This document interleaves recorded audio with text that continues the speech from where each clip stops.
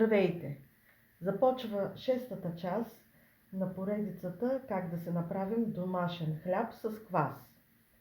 Преди 12 часа пребрах тестото, което месих в хладилника, сега го изваждам и това тесто ще го сложа в стъклената ми тава, която е за печене, и имам и капак на нея. Използвам стъклена тава, защото се вижда до каква степен е изпечен хляба.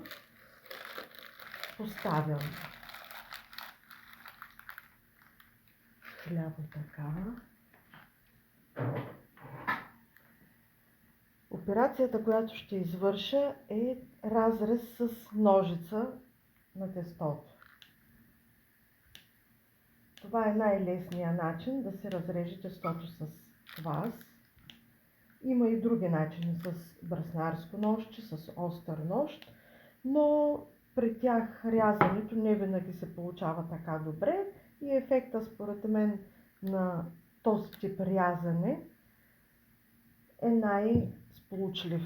Поставям купата и това тесто ще го сложа да се изпече. На около 30-та минута ще махна капака.